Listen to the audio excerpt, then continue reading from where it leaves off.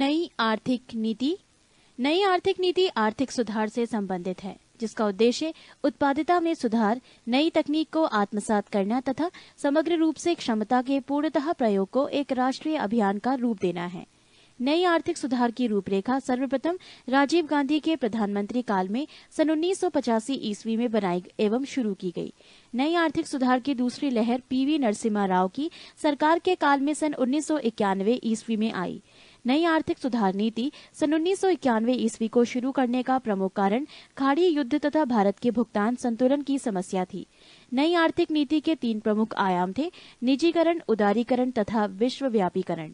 नई आर्थिक सुधार नीति सन 1991 ईस्वी के मुख्य क्षेत्र थे: राजकोषीय नीति, मौद्रिक नीति, मूल्य निर्धारण नीति, विदेश नीति, औद्योगिक नीति, विदेश विनियोग नीति, व्यापार नीति और सार्वजनिक क्षेत्र नीति। राजकोषीय नीति 1991 के तहत मुख्यतः 4 कदम उठाए गए। 1. सार्वजनिक व्यय को सख्ती से नियंत्रित करना। 2. कर एवं कर भिन्न राजस्व को बढ़ाना। 3. केंद्र तथा राज्य सरकारों पर राजकोषीय अनुशासन लागू करना। 4. अनुदान राशि सब्सिडी में कटौती करना। मौद्रिक नीति 1991 के तहत स्फीतिकारी दबावों के लिए प्रतिबंधात्मक उपाय किए गए।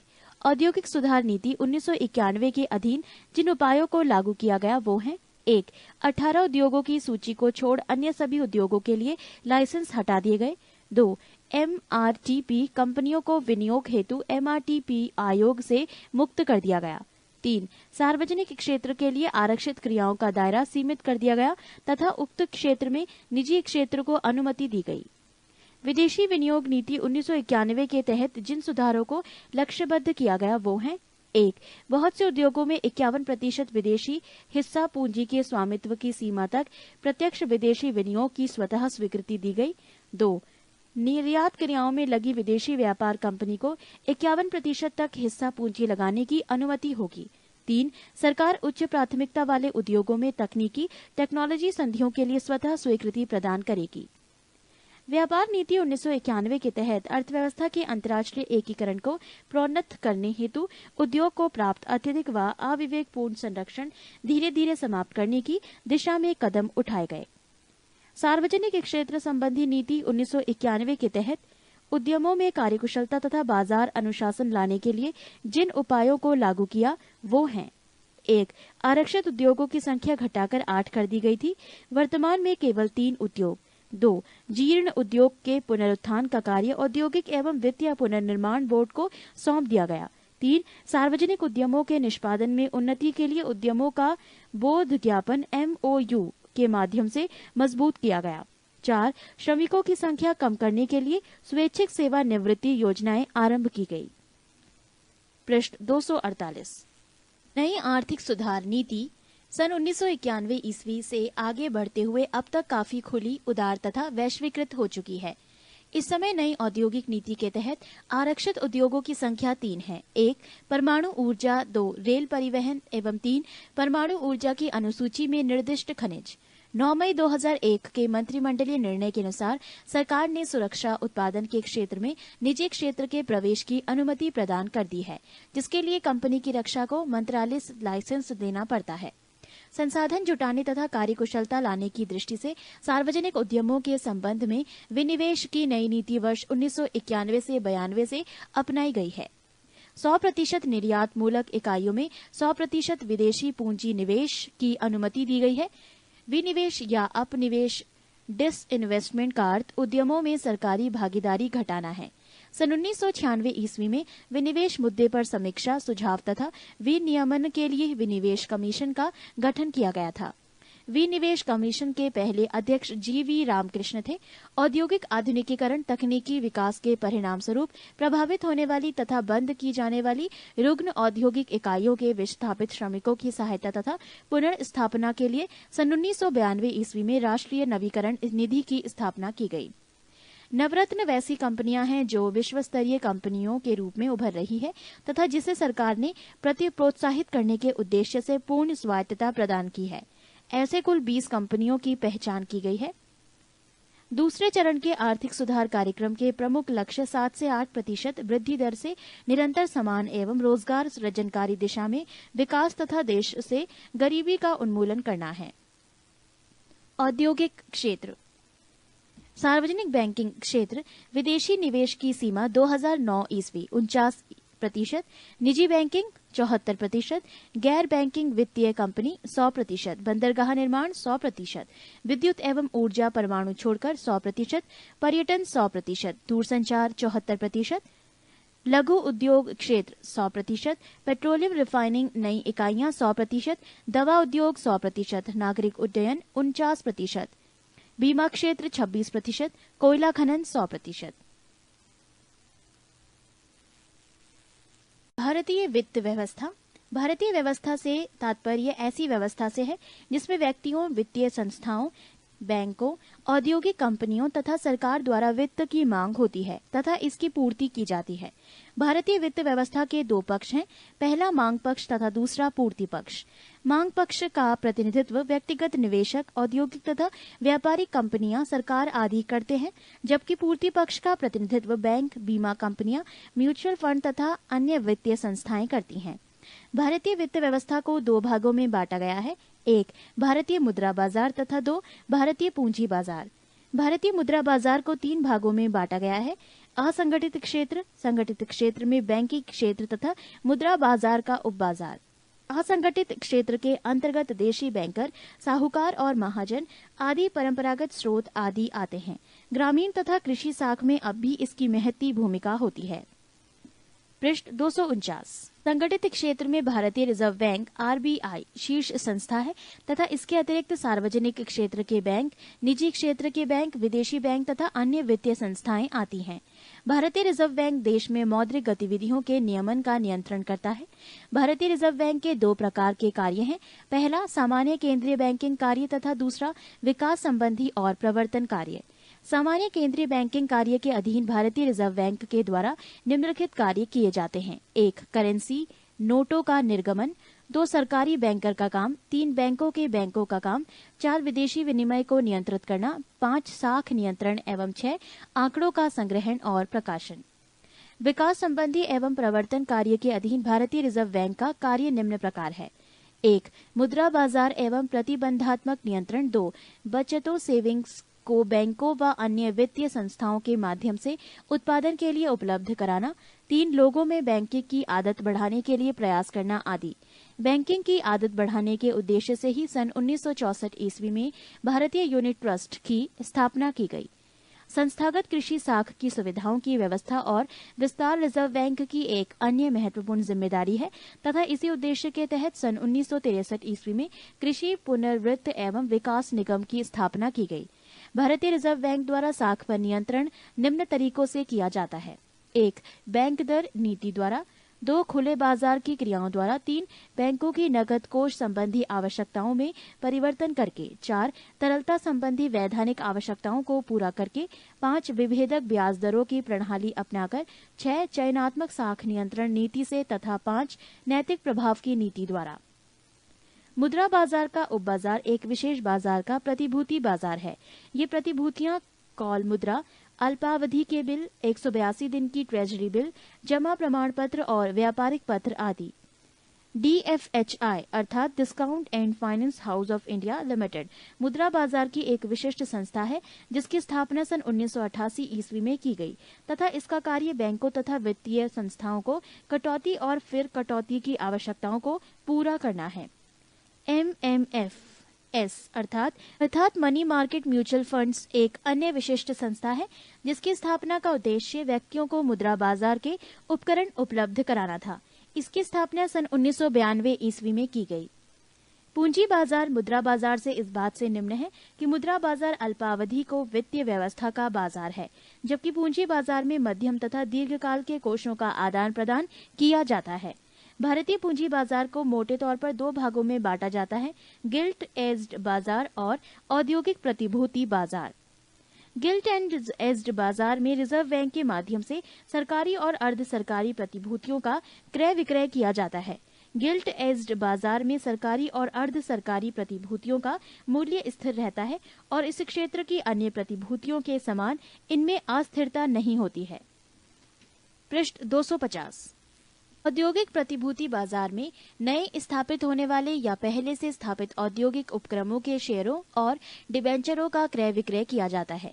यदि पूंजी बाजार में निजी निगम क्षेत्र के नए अंशों और डिबेंचरों, सरकारी कंपनियों की प्राथमिक प्रतिभूतियों या नई प्रतिभूतियों तथा सार्वजनिक क्षेत्रों के बॉन्डों के निर्गमों का क्रय विक्रय किया जाता है तो ऐसे बाजार प्राथमिक पूंजी बाजार कहे जाते हैं।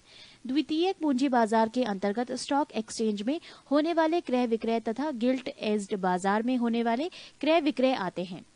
भारतीय पूंजी बाजार में पूंजी के स्रोत हैं अंश पूंजी, ग्रहण पत्र। इसके अतिरिक्त स्रोत के रूप में वो संस्थाएं भी हैं जो वित्तीय मध्यस्थ की भूमिका निभाती है। ऐसी संस्थाएं हैं merchant bank, mutual fund, leasing कंपनियां, जोखिम पूंजी कंपनियां आदि। यूटीआई अर्थात भारतीय यूनिट ट्रस्ट भारत की सबसे बड़ी म्यूचुअल फंड संस्था है। स्टॉक एक्सचेंज एक ऐसी व्यवस्था का बाजार है जिसमें छोटे निवेशक निवेश कर सकते हैं तथा मौजूद प्रतिभूतियों का आसानी से क्रय विक्रय कर सकते हैं। भारतीय प्रतिभूति एवं विनिमय बोर्ड सेबी। भारतीय प्रतिभूति एवं विनिमय बोर्ड सेबी की स्थापना 12 अप्रैल 1988 ईस्वी को आर्थिक उदारीकरण की नीति के अंतर्गत पूंजी बाजार में निवेशकों की रुचि बढ़ाने तथा उनके हितों की रक्षा के उद्देश्यों से की गई थी। 30 जनवरी 1992 को एक अध्यादेश के द्वारा इसे वैधानिक दर्जा भी प्रदान किया गया था। सेबी अधिनियम को संशोधित कर 30 जनवरी 1992 को सेबी को म्यूचुअल फंडों एवं स्टॉक मार्केट के नियंत्रण के अधिकार दिए गए। सेबी के अध्यक्ष पद पर सामान्यतः कार्यकाल 3 वर्ष का होता है, किंतु अधिकतम 65 वर्ष की आयु तक ही कोई व्यक्ति इस पद पर रह सकता है। सेबी का प्रबंध 6 सदस्यों द्वारा किया जाता है, जिनमें एक चेयरमैन होता है जो केंद्र सरकार द्वारा नामित होता है। बैंकिंग क्षेत्र की प्रचलित शब्दावली। बैंक रेट, जिस सामान्य ब्याज दर पर रिजर्व बैंक द्वारा वाणिज्यिक बैंकों को पैसा उधार दिया जाता है, बैंक दर कहलाती है। इसके माध्यम से रिजर्व बैंक द्वारा साख नियंत्रण या क्रेडिट कंट्रोल किया जाता है। रेपो दर, अल्पकालिक आवश्यकताओं की पूर्ति हेतु जिसे ब्याज दर पर कमर्शियल बैंक रिजर्व बैंक से नकदी ऋण प्राप्त करते हैं, रेपो दर कहलाती है। रिवर्स रेपो दर, अल्पकालिक अवधि के लिए रिजर्व बैंक द्वारा कमर्शियल बैंकों से जिस ब्याज दर पर नकदी प्राप्त की जाती है, रिवर्स रेपो दर कहलाती है। सामान्यतः बाजार में मुद्रा की आपूर्ति बढ़ जाने पर उसमें कमी लाने के उद्देश्य से रिजर्व बैंक द्वारा बड़ी ब्याज दरों पर कमर्शियल बैंकों की अल्प अवधि के लिए नकदी रिजर्व बैंक में जमा करने हेतु प्रोत्साहित किया जाता है।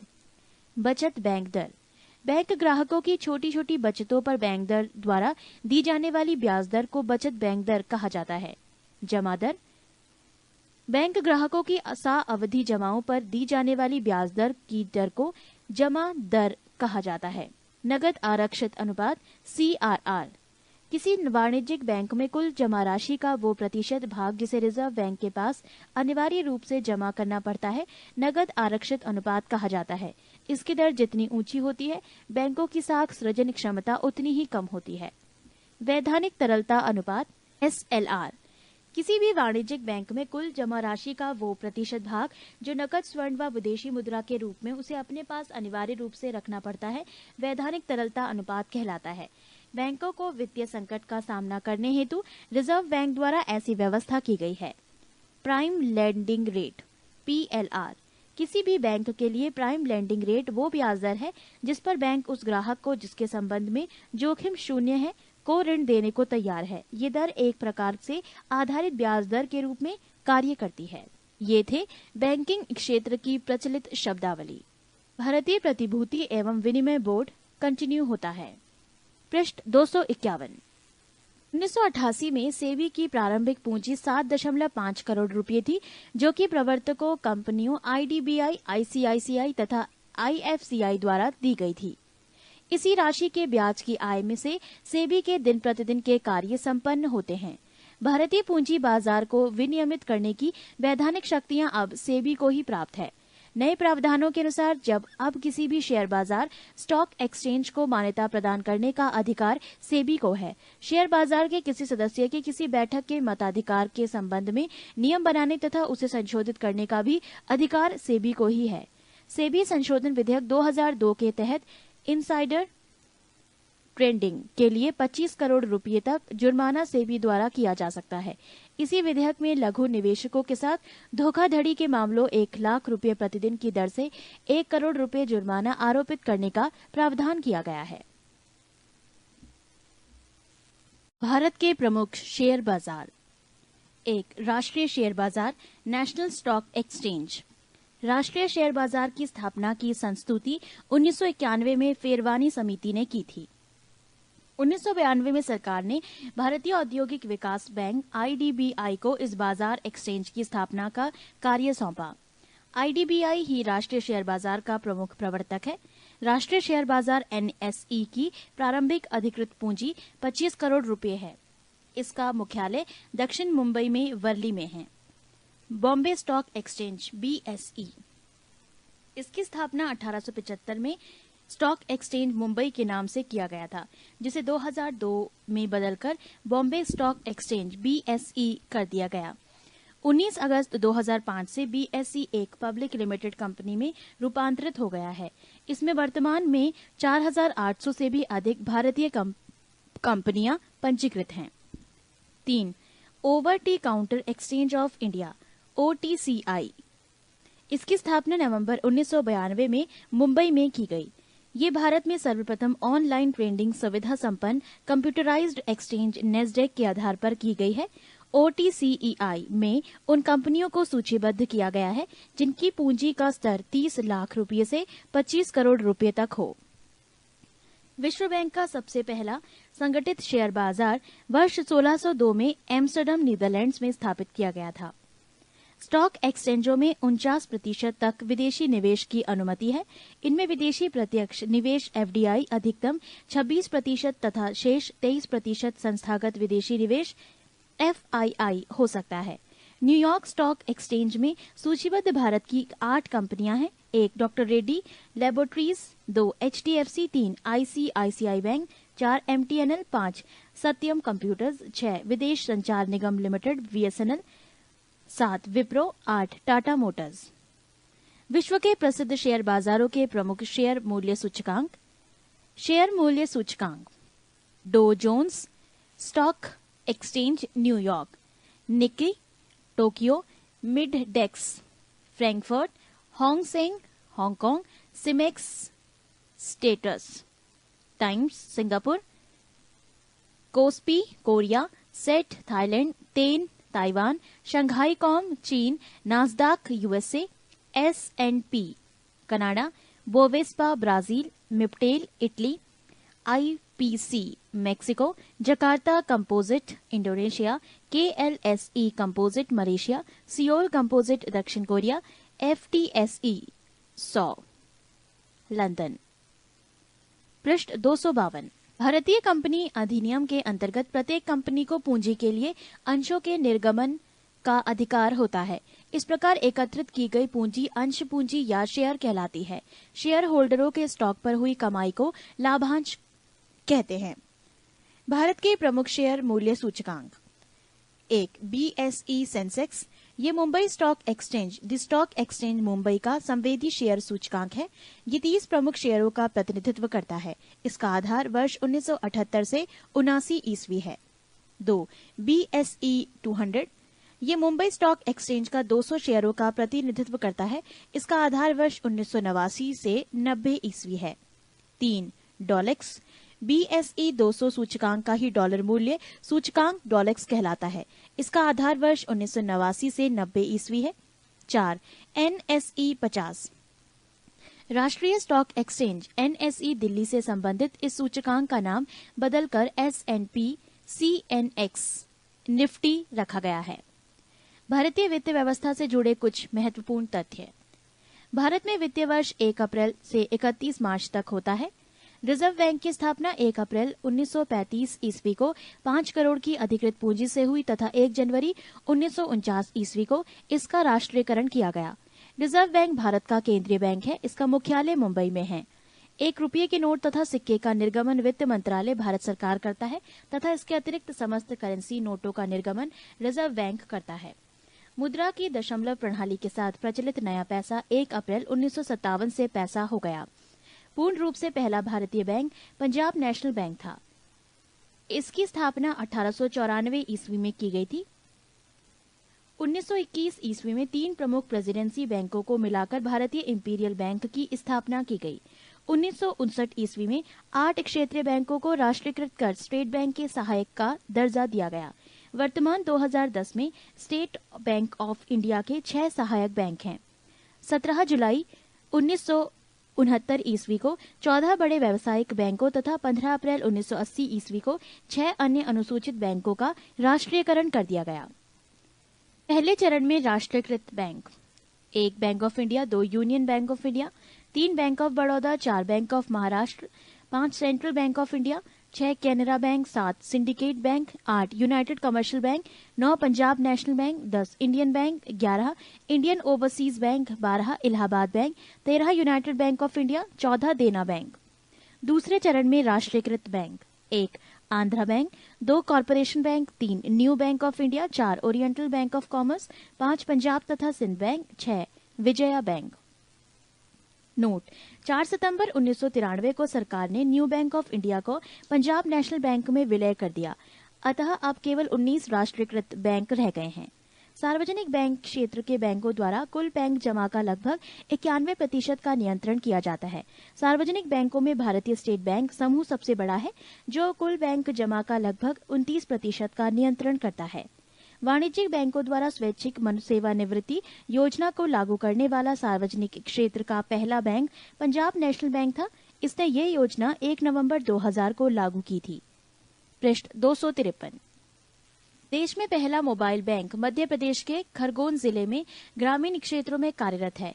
लक्ष्मी वाहिनी बैंक नाम के इसे चलते फिरते बैंक की स्थापना 1 करोड़ रुपए की लागत से एक मोबाइल वैन में की गई है। स्टेट बैंक ऑफ इंडिया द्वारा देश का पहला तैरता एटीएम कोच्चि में 9 फरवरी 2004 को लॉन्च किया गया था। ये ATM Kerala shipping and inland navigation corporation के झनकार नाम की स्टीमर में लगाया गया है। ये स्टीमर एर्नाकुलम और विपिन के बीच चलती है।